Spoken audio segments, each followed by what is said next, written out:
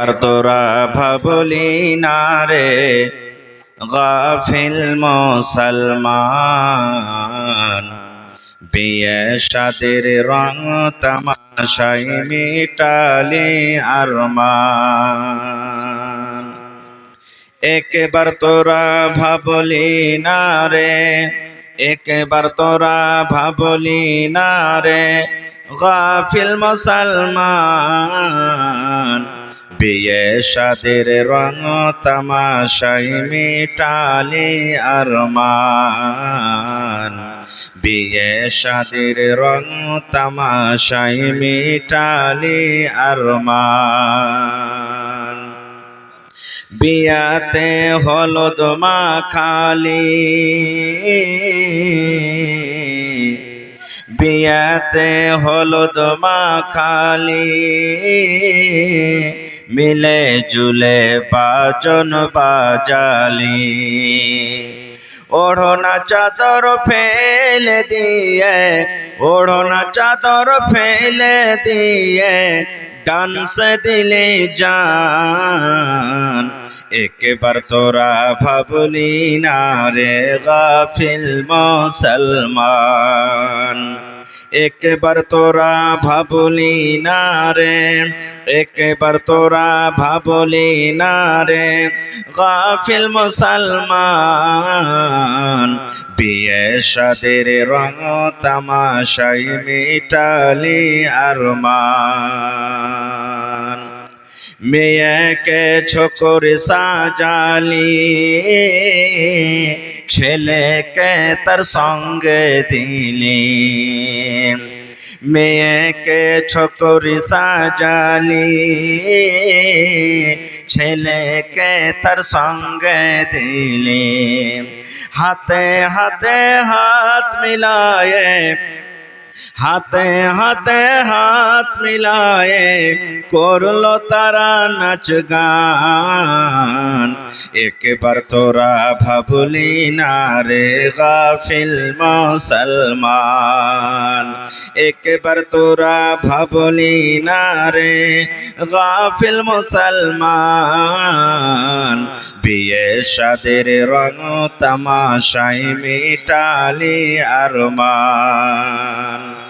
বাড়িতে না খাবার তাবো, সিটি আনিতে গেলি বাবু, বাড়িতে না খাবার তাবো, টিভি আনিতে গেলি বাবু, হালের গরু বিক্রি করে, পকেটের মোবাইল বিক্রি করে, দিলে টিভির দাম। একবার তোরা ভাবলি না রে গাফিল মুসলমান, একবার তোরা ভাবলি না রে, একবার তোরা ভাবলি না রে গাফিল মুসলমান, বিয়ে শাদির রং তামাশায় মিটালি আরমান। নারে তাকবীর। আজকে জলসার যোগ্যতময় শ্রদ্ধেয় সভাপতি সাহেব,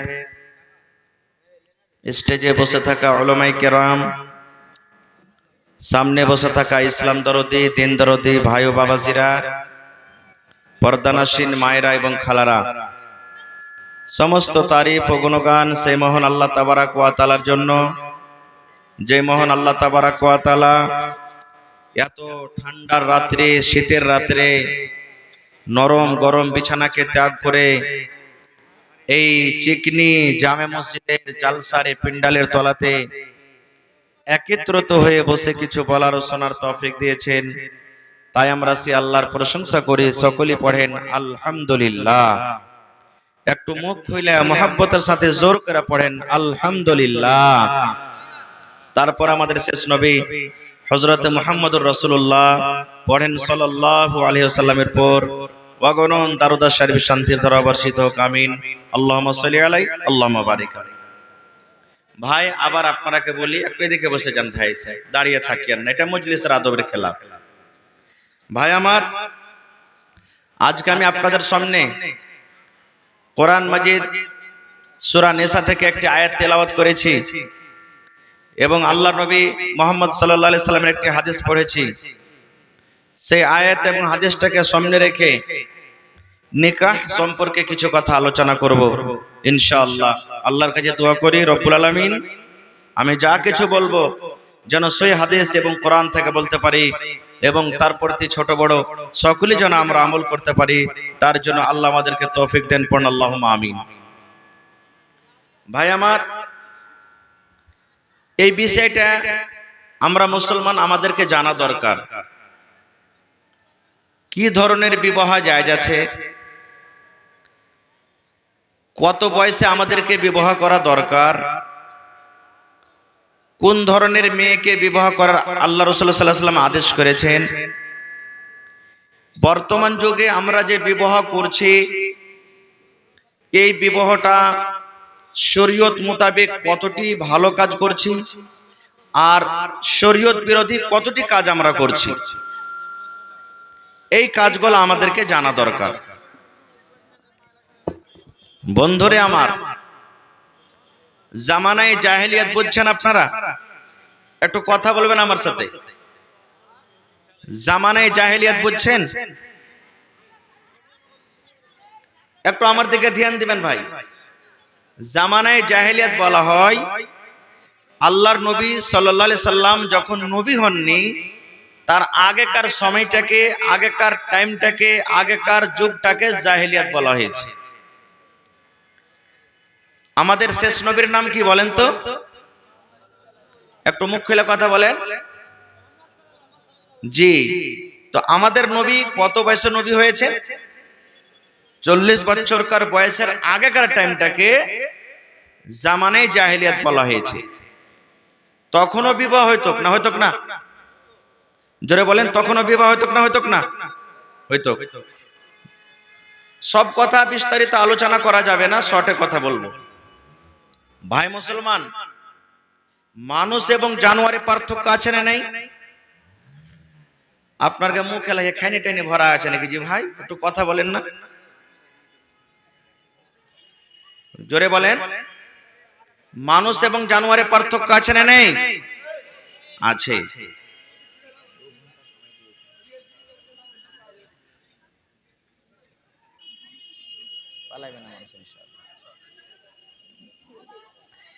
তো মানুষ এবং জানোয়ারের পার্থক্য আছে না নেই?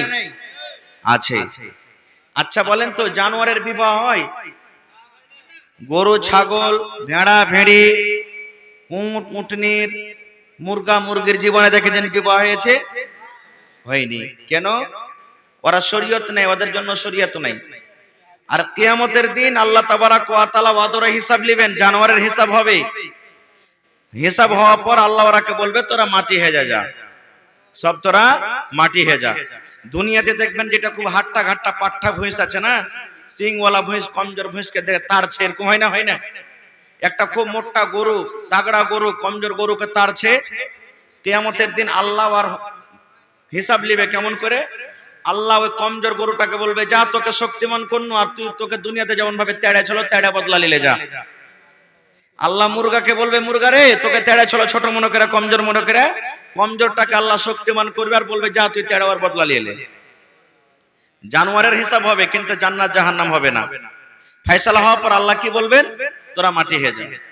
এবার ওয়াদের মাটি হওয়া দেখে তখন আল্লাহ তাবারাক ওয়া তাআলা কোরআনে বলছেন ওয়া ইয়াকুলুল কাফিরু, কাফেররা বলবে কাশ আল্লাহ আমাদেরকে মাটি করে দিত, কাল কত ভালো হতো।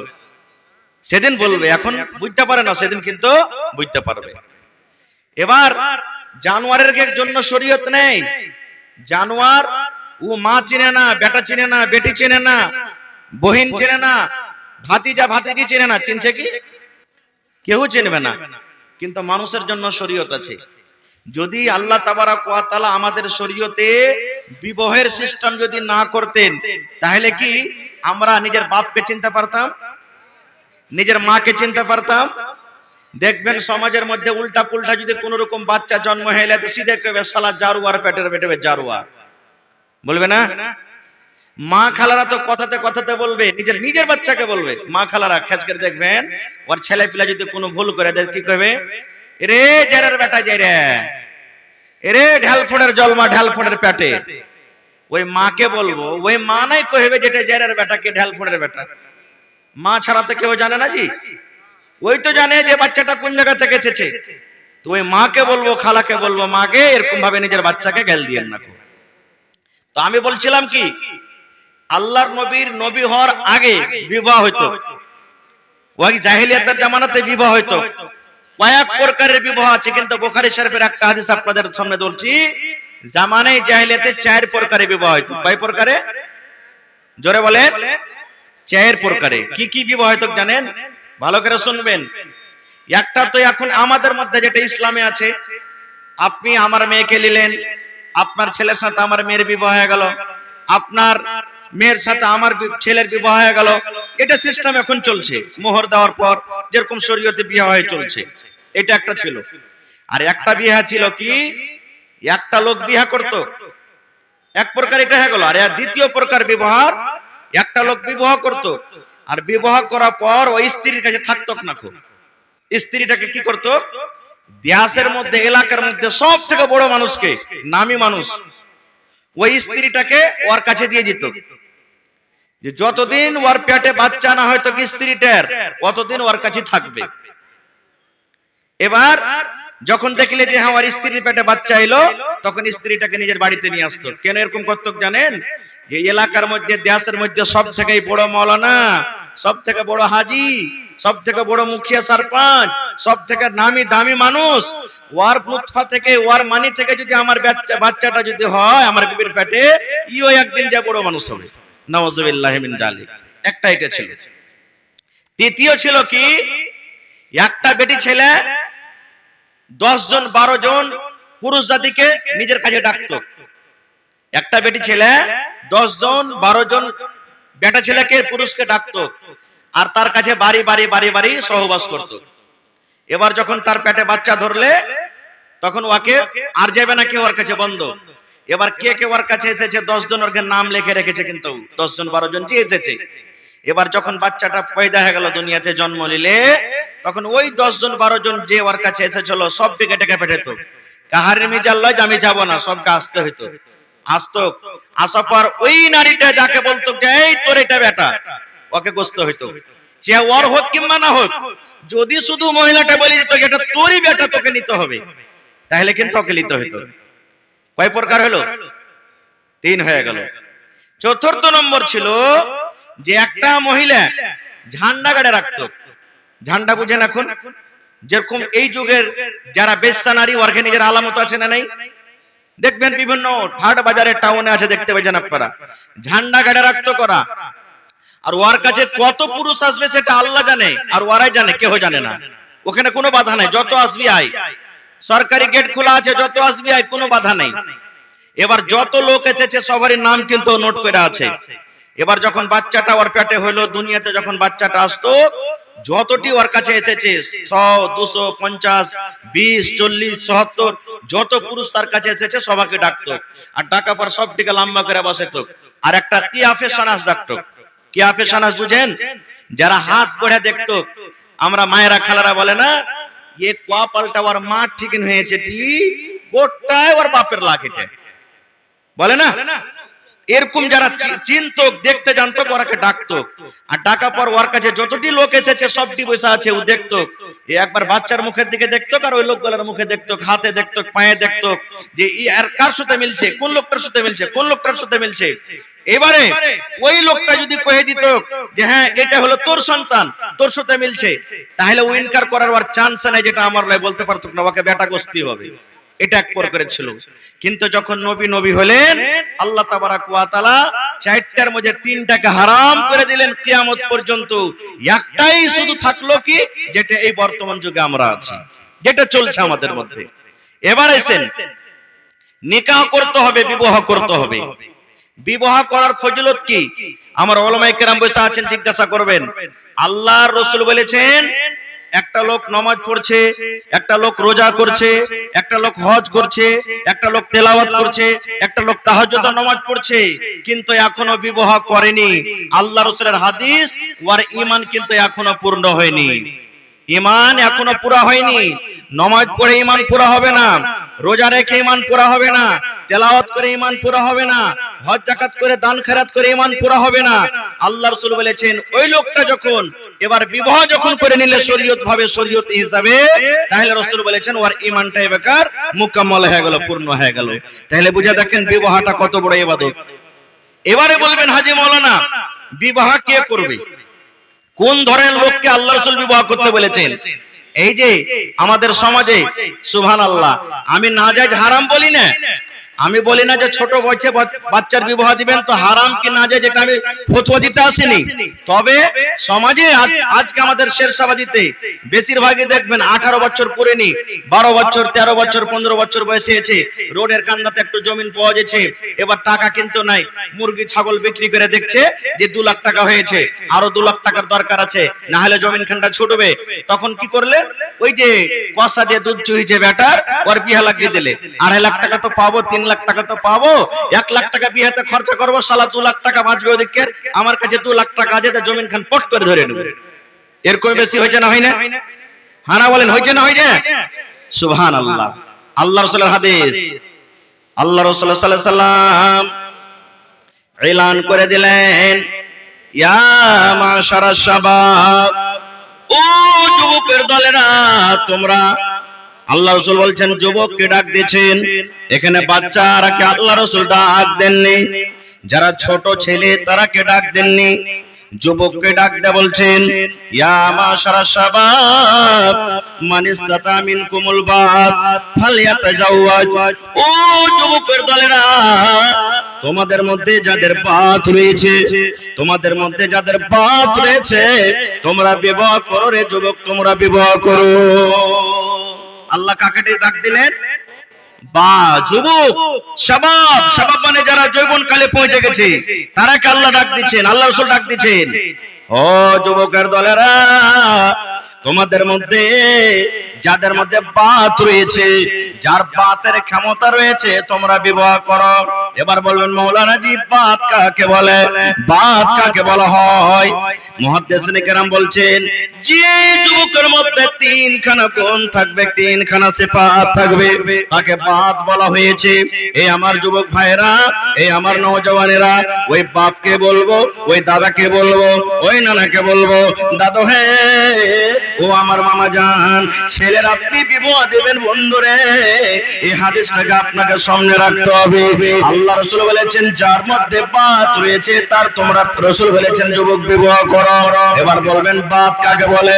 1 নম্বর নবী বলেছেন উম্মত, তুমি যৌবন কালে পৌঁছে গেছো, এবার যৌবন কালে পৌঁছার পর তোমার যৌবন কালে তোমার জওয়ানিতে হুড়কে মারছে, তোমার যদি বিয়ে না করো তোমার গুনাহ হয়ে যাবে, তোমার অন্য বেড়ে ছেলের দিকে যখন দেখবে আমার ভয় হচ্ছে, নজরটা চলে যাবে।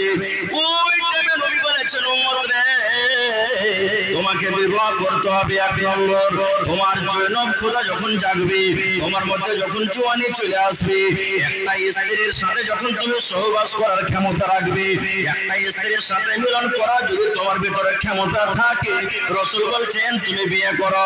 2 নম্বর বাতের মানে বলেছেন মুহাদ্দিসিনে কেরাম, উলামায়ে কেরাম, যে যাকে তুমি বউ করে বাড়িতে নিয়ে আসবে উম্মত, তাকে তুমি মোহর আদায় করতে পারবে কি পারবে না? তাকে মোহর দিতে পারবে কি পারবে না? মোহর দেওয়ার তোমার ক্ষমতা আছে কিনা? 3 নম্বর রাসূল বলেছেন উম্মত রে, একটা বেড়ে ছেলেকে যখন তুমি বউ করে বাড়িতে নিয়ে আসবে, স্ত্রী করে বাড়িতে নিয়ে আসবে, ওকে তুমি কাপড় দিতে পারবে কি পারবে না? ওকে তুমি মেকআপের সামান কিনে দিতে পারবে কি পারবে না? ওকে তুমি ব্লাউজ সায়া দিতে পারবে কি পারবে না? ওর জ্বর বুখার হবে, তুমি এলাজ করার শক্তি তোমার কাছে আছে কি নাই? ওকে রাখার জন্য বাড়িতে একটা ঘরের দরকার আছে, 4 কাঠের ভিতরে তাকে রাখতে হবে, এই 4 কাঠের ভিতরে রাখার তোমার ক্ষমতা আছে কি নাই? আল্লাহ রাসূল বলেছেন উম্মত, এই যখন 3টা গুণ তোমার মধ্যে থাকবে যুবক, তখন রাসূল ওই যুবককে ডাকতে বলছেন,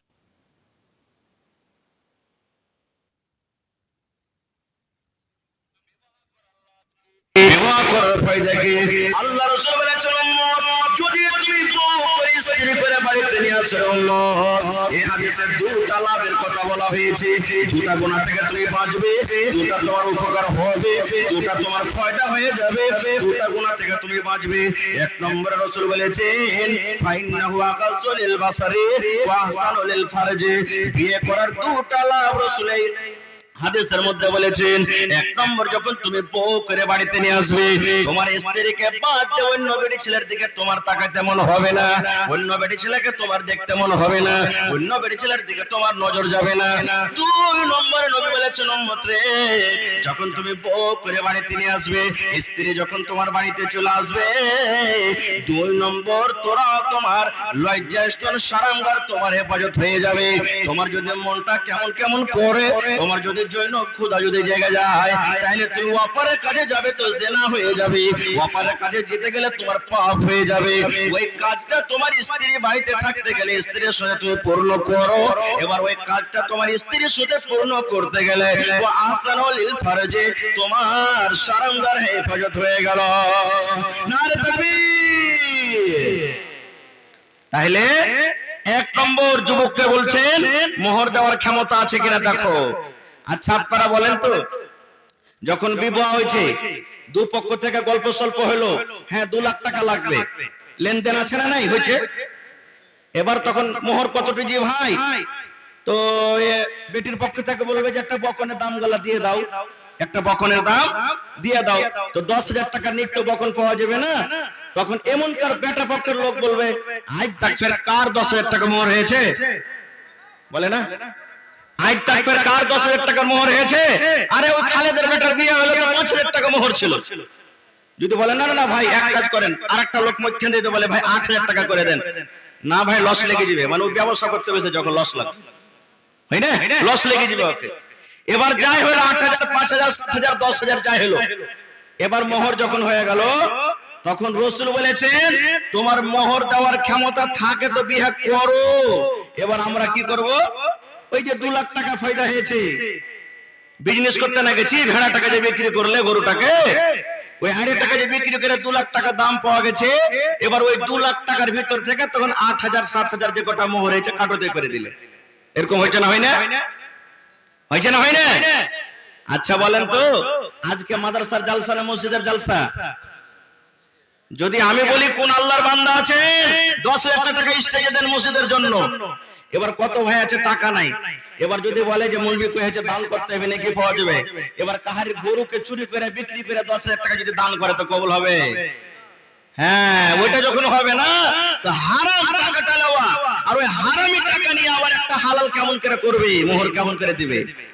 এই জন্য এই ভাই যুবককে বলবো খবরদার নিজকে বিক্রি করিয়েন না। আল্লাহ আপনাকে হাত পা শরীর স্বাস্থ্য ভালো দিয়েছে, তওবা করেন যে আমি 1 টাকা নিব না, মেয়ের বাবার কাছ থেকে খাইটা খাইটা আমি বিবাহ করতে যাব আর তাকে মোহর করব। 2 নম্বরে যার ভিতরে জৈনব ক্ষুধা, আল্লাহ ধন দৌলত সব আপনাকে দিয়েছে, বাড়ি ঘর টাকা পয়সা সব আছে, কিন্তু আপনার ভিতরে যেটা একটা স্ত্রীকে চাই দরকার আছে নেই, বুঝতে পারছেন সেটা কি? ওই ভাইকে বলবো বিয়ে করিয়েন না, বিয়ে করিয়েন না। আপনি স্ত্রীকে বাড়িতে নিয়ে আসবেন, কত বিচারে দেখেছি আর দেখছেন আপনারা জীবনে, বিচার বসে গেছে, বিচার বসার পর তখন বেটি ছেলেটা বলছে যে ভাত খাবো না, মজলিসের লোক বলছে কেনে খাবে না জি, তো বলছে কি ওর কি কাম টানতে এসছি নাকি, আমি ওর গোবর তুলতে এসছি, ওর মুখ দেখে ভাত খাবো, মানে কি ভিতরকার মেশিন ভিতরকার গড়বড়ি আছে, কিছু ঠিকঠাক চলে না। এই জন্য বলছি ওই ভাইকে যুবককে বলবো রাসূলের হাদিস যে তোমার ভিতরে জৈনব খোদা জাগে তাহলে করো। এবার 3 নম্বরে রাসূল বলেছেন একটা স্ত্রীকে তুমি বাড়িতে নিয়ে আসবে, থাকার জায়গা দিতে হবে তাকে, ভালো করে ভালো করে থাকার জায়গা দিতে হবে। কিন্তু সুবহানাল্লাহ কত বাপ এমন আছে 2 লাখ টাকার আমদানির কারণে বউ করে বাড়িতে নিয়ে আসবে, ও জানে না যে স্ত্রীর কি হক, পুরুষের কি হক, স্ত্রীটাকে কেমন করে নিয়ে চলতে হবে ও জানে না। এবার বেটাটা খাটতেও পারে না, মধু খেয়ে আসছে, গুটকা খেয়ে আসছে, রাতের বেলাতে শুচ্ছে, বাসনা করছে, আর ওরকম মুখ নিয়ে যদি স্ত্রীটার মুখের কাছে নিয়ে যায় তো কি বলবো, ঢাকা মারবে না, মারবে না, মারবে না। কত ভাইরা এমন আছে, রাগ করিয়েন না, খায়নি খায় খায় গুলটি লাগে লাগে রে ভাই, এখানে ডোপ হয়ে গেছে মনে হয়, হ্যাঁ একবারে টোপ্পা হয়ে গেছে। ওরকম মুখ নিয়ে যদি স্ত্রীর কাছে যান রাতের বেলাতে তো খারাপ মনে করবে না, করবে না? মা খালারা কত আছে, এত স্পেশাল জর্দা খাইবে রে ভাই, ও ছুটির কাছে থাকে তো ওখান থেকে সেন্ট আসবে। হ্যাঁ, ও দেখছে যে আমার জর্দার পাওয়ার দেখে হলো তুই, সুবহানাল্লাহ। ওই মাকে বলবো এরকম ভাবে তওবা করেন না, করতে হবে না। খুব ভাইরা আমার, খায়ের যা হোক, তো রাসূল বলছেন বিবাহ করার দুটো লাভ আছে হাদিসে। এক নম্বর চোখ নিচে হবে, দুই নম্বর শারমগার হেফাজত হবে। এবার বলবেন হাজী মাওলানা ভোমা চক যাচ্ছি, ভোমা চক না, ভোমা চক যাচ্ছি, চার দোকানে চা খাচ্ছি, একটা খুব সুন্দর বেটি ছেলে রাস্তাতে হেঁটেছে, মন খুব জাগছে যে মাওলানা, মনে কেমন কেমন কি জাগছে, অটোমেটিক জাগবে। এবার ওই হালাতে কি করব? আল্লাহ রাসূল বলেছেন উম্মত রে, তুমি বাজারে ঘুরতে গিয়েছো, চকে তুমি ঘুরতে গিয়েছো, তুমি রাস্তা দিয়ে হাঁটছো, ওই টাইমে ওই সময়তে একটা সুন্দর বেটি ছেলে তোমার নজরে এলো, একটা সুন্দর বেটি ছেলেকে তুমি দেখেছো, তোমার মন খান কেমন কেমন করতে শুরু হয়েছে, আল্লাহর এই বেটি ছেলেটা কত ভালো, দেখতে কত সুন্দর, আল্লাহ আমার কাছে একবার আসতো, আমি তার কাছে একবার যাইতাম, এরকম ধারণা যদি মনের মধ্যে আসে, আল্লাহ রাসূল বলেছেন উম্মত তাড়াতাড়ি তুমি বাড়ির ভিতরে চলে যাও, তাড়াতাড়ি করে তুমি বাড়ির ভিতরে চলে যাও, ওই চকে আর থাকিও না, ওই বাজারে আর থাকিও না, ওই রাস্তাতে তুমি থাকিও না, তুমি তাড়াতাড়ি করে তুমি বাড়ির ভিতরে চলে যাও। আর বাড়ির ভিতরে যাওয়ার পর তোমার যে বাড়িতে স্ত্রী আছে, তোমার যে বাড়িতে নারী আছে, তোমার বাড়িতে বিবি আছে, ওই বিবির সাথে তুমি মিলামেশা করো, কারণ নবী বলেছেন উম্মত রে, ওই বাজারে চকে রাস্তাতে মেয়ে ছেলেটাকে দেখে তোমার ভিতরে যে জওয়ানি জেগে গেছে, ওই নারীটাকে দেখে তোমার ভিতরে জওয়ানিতে হুড়কি মেরেছে, ওই নারীটাকে দেখে তোমার মন খান কেমন কেমন করেছে, তুমি তাড়াতাড়ি করে বাড়িতে এসো, আর বাড়িতে আসার পর তোমার স্ত্রীর সাথে তোমার মনটাকে ঠান্ডা করে নাও, কারণ ওই নারীর কাছে যা আছে, কারণ ওই মহিলার কাছে যা আছে, রাসূল বলেছেন তোমার স্ত্রীর কাছেও সেটা আছে না নাই, আছে না নাই? এবার বলবেন হাজী মাওলানা যার বিয়ে হয়ে গেছে ওর গেলে নিয়ে এটা হলো যে বাজারে কি হলো না হলো স্ত্রীর সাথে এসে মন ঠান্ডা করলে, এবার যার বিয়ে হয়নি ওরা কি করবে? ওরা কোন জায়গাতে যাবে? যার বিয়ে হয়নি প্রশ্ন যাচ্ছে না, জাগে না? আল্লাহ রাসূল বলেছেন উম্মত রে, যার বিয়ে হয়নি আর বিয়ে করার শক্তিও নাই, কিন্তু জওয়ানিতে হুড়কে মেরে দিয়েছে, ওই যুবকের জন্য নবী বলেছেন উম্মত রে, তুমি রোজা করো রে উম্মত, তুমি রোজা করো, মাসে মাসে রোজা চালিয়ে যাও, 2টা 3টা 5টা 10টা 15টা করে তুমি রোজা চালিয়ে যাও, রোজা করতে করতে তোমার শরীরটা যখন দুর্বল হবে, তোমার শরীরটা যখন কমজোর হবে, তখন একটা পর বেটি ছেলেকে দেখে তোমার মনটা আর টানবে না, একটা পর বেটি ছেলেকে দেখে তোমার মনটা আর জাগবে না, রোজা করতে গেলে তুমি পাপের গুনার কাজ থেকে তুমি বেঁচে থাকবে না রে থাকবে। তাহলে যুবককে এখানে ডাকতে বললেন। এবার আর একটু আগে চলেন, হাজী মাওলানা বিয়ে তো করতে হবে, কয়টা বিয়ে করতে হবে, কয়টা বিয়ে করার আদেশ আছে?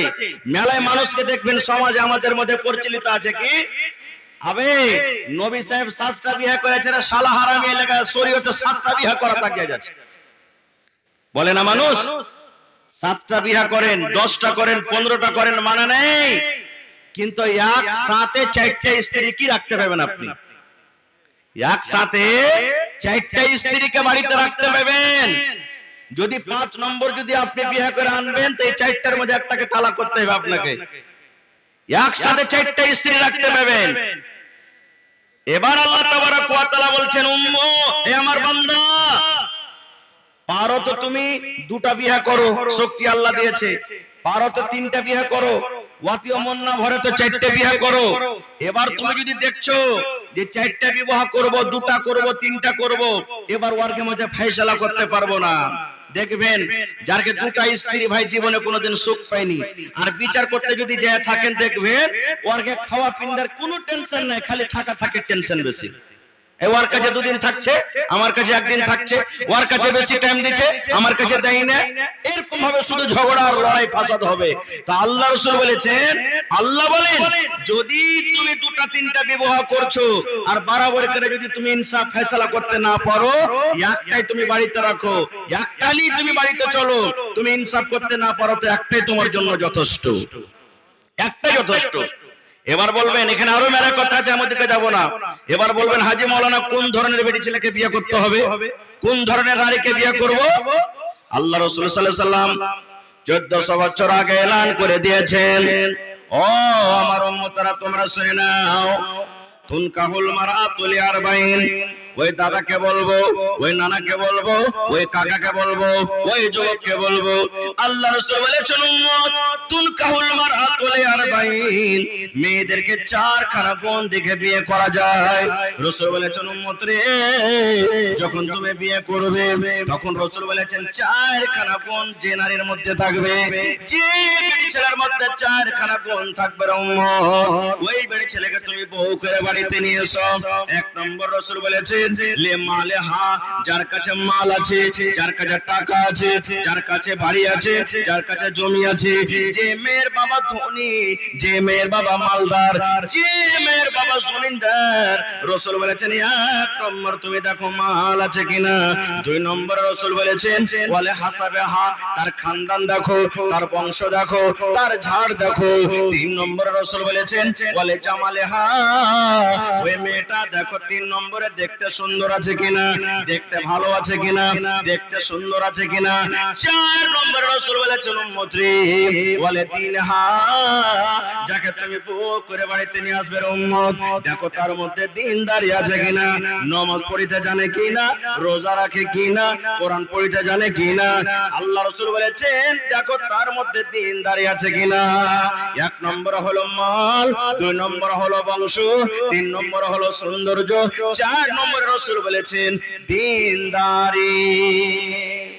কয়খানটা বললেন রাসূল? চারখান গুণ দেখতে। এবার যদি বলবেন হাজী মাওলানা চারখানটা গুণ যদি কোনো বেটি ছেলের দিকে দেখতে যাওয়া যায় তো বুঝিন হাজারে একটা পাওয়া যাবে। যদি দেখতে ভালো আছে হয়তো গরিব, যদি গরিব আছে তো হয়তো মাল নাই তার কাছে, পড়ালেখা যদি আছে হয়তো দেখতে সুন্দর নয়, মানে চারটার মধ্যে কোনো একটা কমি থাকবে, থাকবে না? থাকবে না? তাহলে কি করবে যুবক? সব সাড় হেঁড়ে ঘুরে বেড়াইতে হবে নাকি? বিয়ে শাদী করতে হবে না? আল্লাহ রাসূল সাল্লাল্লাহু আলাইহি ওয়াসাল্লাম ফয়সালা করে দিয়েছেন, ও আমার উম্মতের দলেরা তোমরা শুনে নাও। এক নম্বর রাসূল বলেছেন মাল দেখো উম্মত, দুই নম্বর রাসূল বলেছেন দেখো খানদান, তিন নম্বর রাসূল বলেছেন সৌন্দর্য, চার নম্বর রাসূল বলেছেন দিনদারি। এই চারখানার মধ্যে যদি আগেকার তিনখানাই না থাকে, যদি সুন্দর না হয় তাও চলবে, ঠোঁট মোটা হয় তাও চলবে, দাঁত বড় হয় তাও চলবে, নাক মোটা হয় তাও চলবে, দেখতে কালো হয় তাও চলবে, মেয়েটা যদি গরিব হয় তাও চলবে, বাপের যদি বাড়ি ঘর না থাকে তাও চলবে, জমি জায়গা যদি না থাকে তাও চলবে, খানদান যদি ছোট হয় তাও চলবে।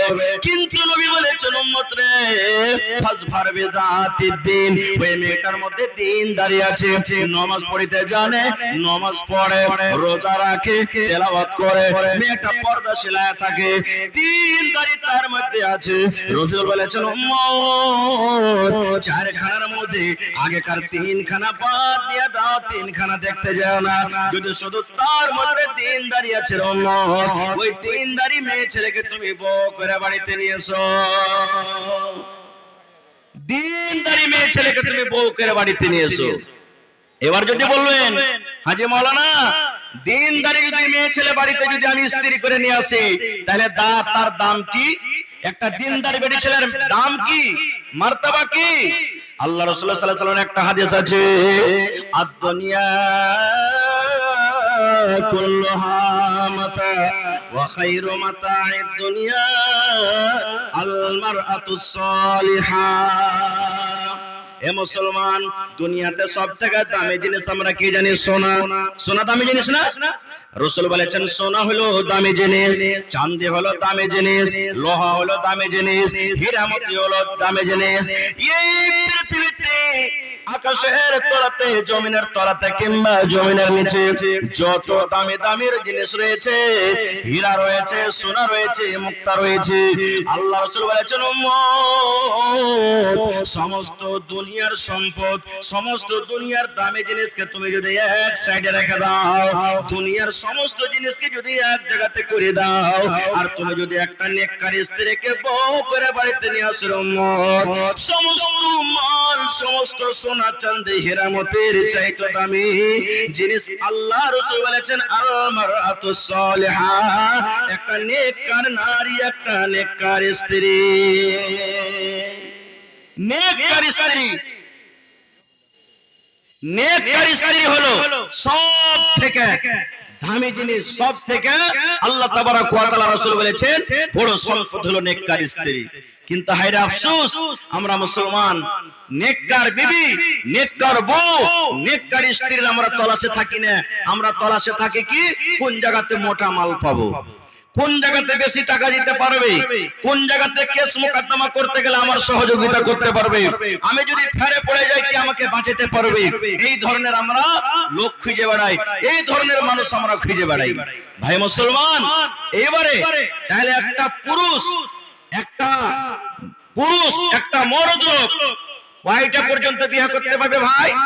4টা পর্যন্ত। এবার যদি ফয়সালা বরাবর করতে না পারে, ভয় লাগে, তাহলে আল্লাহ বলছেন একটাই তুমি বিবাহ করো। কিছুদিন আগে আপনারা দেখেছিলেন বাংলাদেশের তাসলিমা নাসরিন, তার নাম শুনেছেন মনে হয় আপনারা। সে বলেছিল যে যদি একটা পুরুষ 4টা স্ত্রীকে বাড়িতে স্ত্রী করে নিয়ে থাকতে পারে, তাহলে একটা বেটি ছেলে একটা নারী কেন 4টা পুরুষকে বিয়ে করতে পাবে না? শুনেছিলেন আপনারা এটা খবর? শুনেছিলেন? শুনেননি মনে হয়। ইয়ার উত্তর মেলায় কিছু দেওয়া হয়েছে, মেলায় কিছু দেওয়া হয়েছে। ভাই আমার, একটা উদাহরণ 2 মিনিট আপনাকে ছোট্ট করে বলি যে আল্লাহ তাবারাক ওয়া তাআলার বিনা হিকমতে কিছু হয় না, না হয়েছে। আমরা ওইটা বুঝতে পারি বা নাই পারি। এই যে ইমাম আবু হানিফা রাহমাতুল্লাহ আলাইহি, ইমামে আযম যাকে বলা হয়েছে, বড় ইমাম, তার আসল নাম হলো নুমান বিন সাবিত। ইমাম আবু হানিফা রাহমাতুল্লাহ আলাইহির নাম নুমান বিন সাবিত। এবারে ওকে 4 জন বেটি ছেলে এসে প্রশ্ন করছেন যে ইমাম সাহেব, শরীয়তে আছে একটা বেটা ছেলে একটা পুরুষ 4টা বেটি ছেলেকে বউ করে বাড়িতে নিয়ে থাকতে পারবে, কিন্তু একটা বেটি ছেলে কেন 4টা পুরুষ জাতিকে বউ করে 4টা পুরুষকে নিজের স্বামী করে বাড়িতে রাখতে পারবে না? কেন আল্লাহ তাবারাক ওয়া তাআলা এই শরীয়তে এত বড় জুলুম অত্যাচার করেছেন? ঘটনাটা ভালো করে শুনবেন ভাই।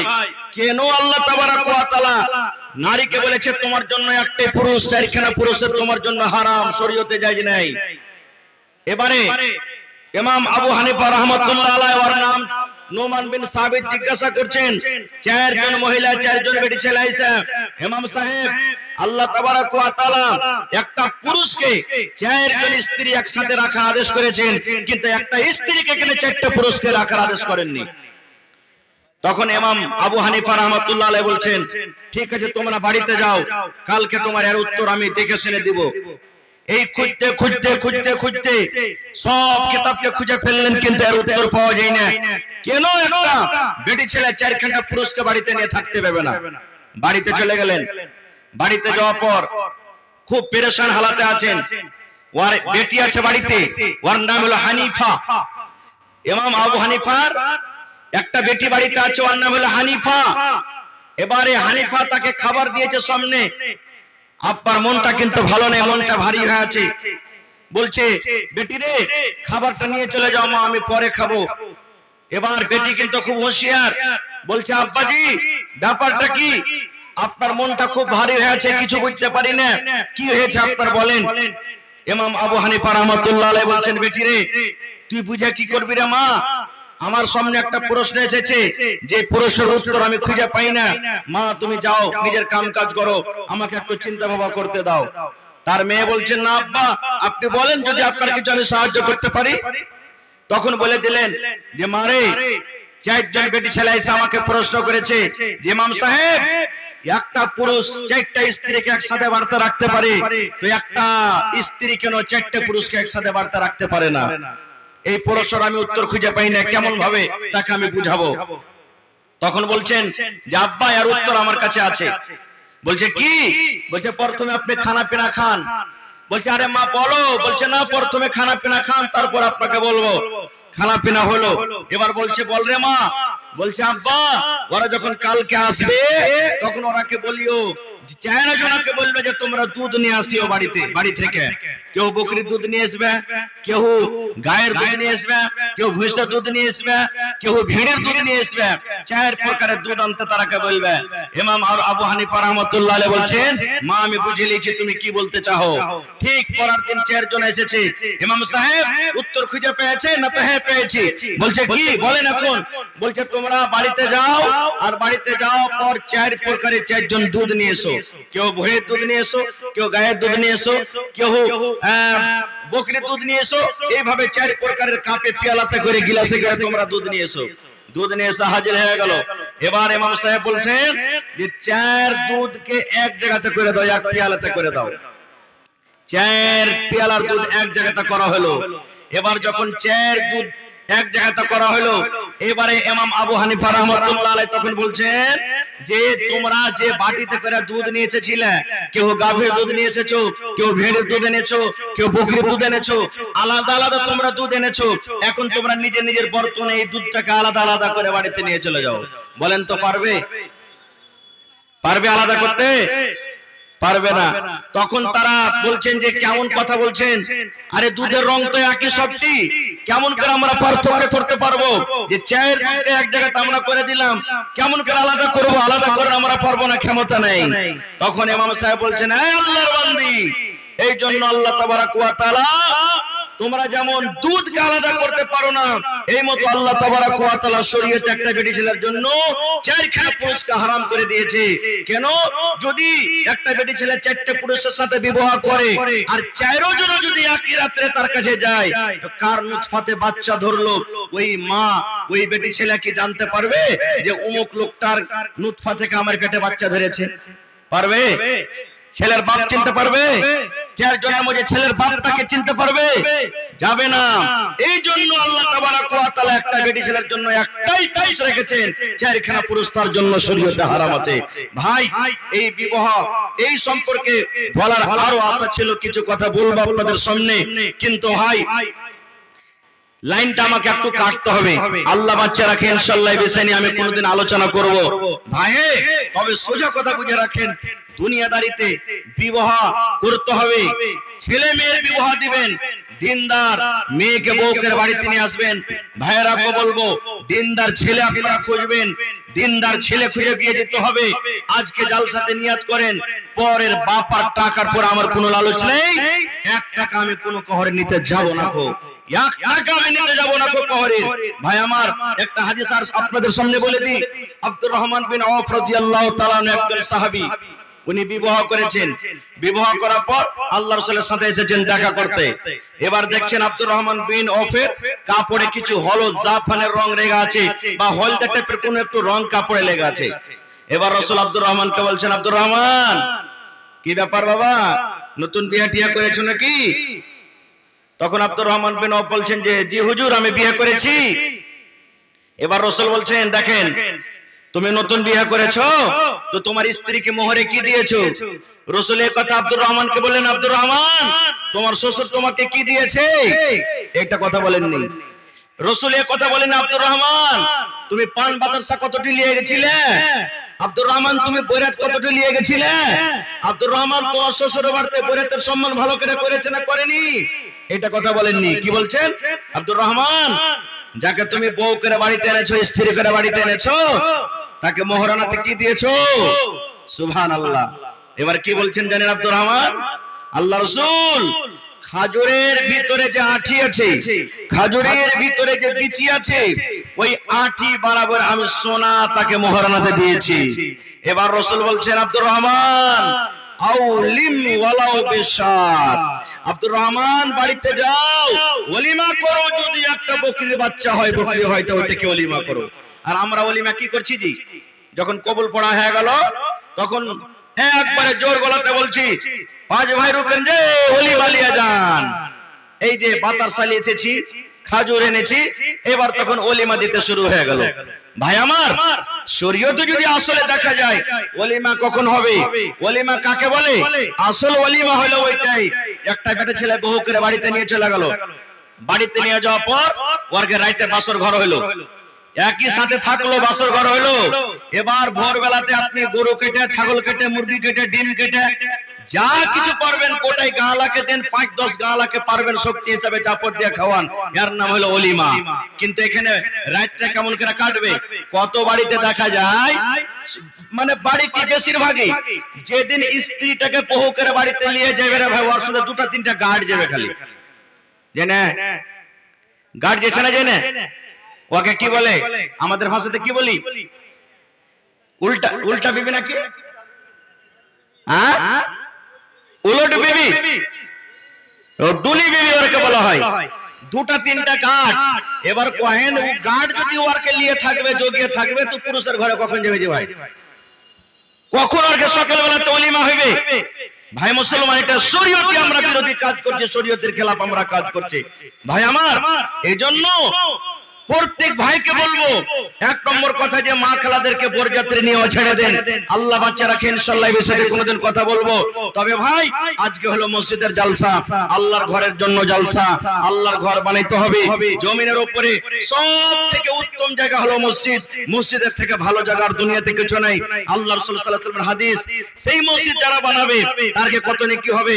মান বানা লিল্লাহি মসজিদান বানাল্লাহু লাহু বাইতান ফিল জান্নাহ। আল্লাহর ঘর যে জমি উপরে বানাবে, আল্লাহ তাবারাক ওয়া তাআলা তার জন্য জান্নাতের ভিতরে একটা ঘর বানিয়ে দেবে। আজকে যত লোক আমরা এসেছি, যত মা খালা দাদিনা নিয়ে এসেছি, সবারই মনে আশা আল্লাহ তুমি জান্নাত দিও। এই আশা আছে না নেই?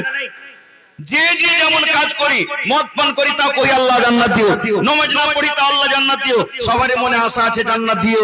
ভাই আমার, জান্নাত যাওয়ার অনেক আমল রয়েছে, তার মধ্যে একটা আমল হলো দুনিয়াতে যে আল্লাহকে রাজি করার জন্য মসজিদ বানাবে, আল্লাহ তাবারাক ওয়া তাআলা তার জন্য জান্নাতের ভিতরে একটা ঘর বানাবে। ভাই আমার, আমি জানছি এই চিকনি গ্রাম একটা খুব বড় গ্রাম, মোটামুটি 1000 বাড়ি হবে নাকি, 1000 বাড়ি হবে। এবার 1000 বাড়িতে ছোট্ট করেই বলি 500 টাকার টাকা দেয়, তো কতটি চাঁদা হবে যে ভাই? 5 লাখ টাকা হবে। মানে যত ভাই এদিক ওদিক গ্রাম থেকে এসেছেন ওরাকে বাজে শুনো, 1000 চিকনির গ্রামে আবাদি, বাড়ি কিছু মাথা কিছু নয়, বাড়ি কিছু যদি 500 টাকার টাকা দেয় 5 লাখ টাকা কালেকশন হবে। আর 1000 করে দেয় তো 10 লাখ টাকা হবে। ভাই আমার, আপনাকে কি ইচ্ছা লাগে না যে কত এদিক ওদিক আমরা টাকা খরচ করে দিচ্ছি? আজকের জালসাতে যতটি আমার চিকনিতে আবাদি আছে সবারই আশা করছি একটাই জুমা মসজিদ নাকি, গোটা গ্রামের একটাই জুমা মসজিদ। আমি সমস্ত গ্রামে উত্তর দক্ষিণ পূর্ব পশ্চিম যতটি বাড়ি আছে ওই ভাইয়েরাকে আমি ডাক দেব, ভাই আজ আল্লাহ আপনাকে পরীক্ষা করেছে, আপনাকে আল্লাহ তাবারাক ওয়া তাআলা মালের পরীক্ষা করেছে, আল্লাহ আপনাকে ইমতিহান দিয়েছে যে দেখছি আমার চিকনি নওজওয়ান যুবক বুড়া বাপটিরা আজকে আমার ঘরকে কতটুকু সাহায্য করতে পারছে। ভাই আল্লাহ আপনাকে যেমন যেরকম ভাবে শক্তি দান করেছেন দিবেন। তবে একটা লোক দেখি আজকের জালসাতে কেউ এমন আছেন 25,000 টাকা দিতে পারবেন, একটা লোক 15,000 দিতে পারবেন, 5টা লোক 10,000 করে দিতে পারবেন, এবং 10টা লোক এক গাড়ি করে বালুর দাম 5,000 এবং 5টা লোক 100 সেফটি করে গিট্টির দাম। দেখি কোন আল্লাহর বান্দা আছেন এক গাড়ি করে গিট্টির দাম, এবং দেখি কোন আল্লাহর বান্দা আছেন 1000 গ্রাম আছে বাড়িতে, 1000 গ্রামের মধ্যে আমি 900 গ্রামকে বাদ দিয়ে দিলাম, 900 ঘরকে, 100টা লোককে দেখবো 1000 2000 করে। তো দেখি কোন আল্লাহর বান্দা আছেন। আজকে আমি জানি এই চিকনি এলাকাতে গ্রামে যখনই জালসা হয়েছে মন খুলে খুলে ওয়াজ শুনেছে, লোকেরা দানও করেছে। মা খালাকে বলবো, আমার মায়েরা খালারা আল্লাহর ঘরের জন্য 1 বড়া 2 বড়া 5 বড়া করে সিমেন্ট গালা আপনারা দেন, গলার হার, নাকের নাকমণি, কানের বালি, হাতের বালা, পার পায়াল, এবং দেখি আমার মায়েরা খালারাকে আজকে জালসা থেকে ছাগল দান করতে পারবেন, কেউ গরু দান করতে পারবেন, দেখি কেউ জমিন দান করতে পারবেন। মাওলানা আমার মাঠে ঘাটে জমিন আছে, একটা 1 কাঠা জমিন 1 ডিসমিল জমিন বিক্রি করে যা টাকা হবে মসজিদে লাগিয়ে দেব। এই যে খড়বাড়ি বনালীর পাশে একটা গ্রাম আছে মুজাহিদুল ইসলাম মুখিয়াজির গ্রাম, আল্লাহুস সামাদ, মসজিদের জালসা, একটা লোক 8,95,000 টাকা নিয়ে সেই স্টেজে বলছেন মাওলানা দোয়া করে দেন। কতটি? 8,95,000। একটাই লোক, কেউ 4 লাখ, কেউ 5 লাখ, কেউ 3 লাখ, কেউ 50,000, কেউ লাখ, এই করে করে দান করেছে ভাইরা আমার। তবে 100টা লোককে আমি আবদার রাখলাম, 1000, 2000, 1000, 2000, একটা লোককে দেখি 5000, একটা লোক 10000, একটা লোক 25000 টাকা। দেখি কোন আল্লাহর বান্দা আছেন সর্বপ্রথম। এই দেখেন আমার হাতে 1000 টাকার দান এসেছে। ইসমতার একটা বেটি ছিল, সুবহানাল্লাহ, নারে তাকবীর। মা খালাকে পেন্ডালে চাদর দিয়ে পাঠানো মাওলানা, চাদর ঘুরছে না, মায়েরা চাদর ভর্তি করে করে এমন করে আপনারা দান করেন যে দুজনাতে দুই আনতে না পারে এখানে। হ্যাঁ, এত চাদরে দিন। জি সুবহানাল্লাহ, মা খালার পেন্ডাল থেকে দান এসেছে, কিন্তু মনের মতন এখানে দান আসে রেখে খালা। হ্যাঁ, মনের মতন আপনারা দান দিয়ে পাঠান, একবারে চাদর ভর্তি করে করে, কারণ মা খালারা খুব বেশি বেশি দান করে আল্লাহর রহমতে। সুবহানাল্লাহ। দেখেন আমি জানছি গহনা গাঁঠি, ছাগল, বকরি, কাঁথা, গাদলা, কাঁসার বদনা, থালি যা আছে সব ইনশাআল্লাহ ইজলিসে দান করবে। এই দেখেন মারহুম জাহিরের স্ত্রী সুবহানাল্লাহ নিজের স্বামীর জন্য এই যে দেখেন একটা হাতের আংটি আর সোনার একটা নাকফুলি দান করেছেন। নারে তাকবীর, সুবহানাল্লাহ। এই দেখেন 1000 টাকা হয়ে গেল ভাই। এক কলম নূরেসা খাতুন 99 দেখি নম্বর আর বাকি আছে। 2 নম্বরে কে রে?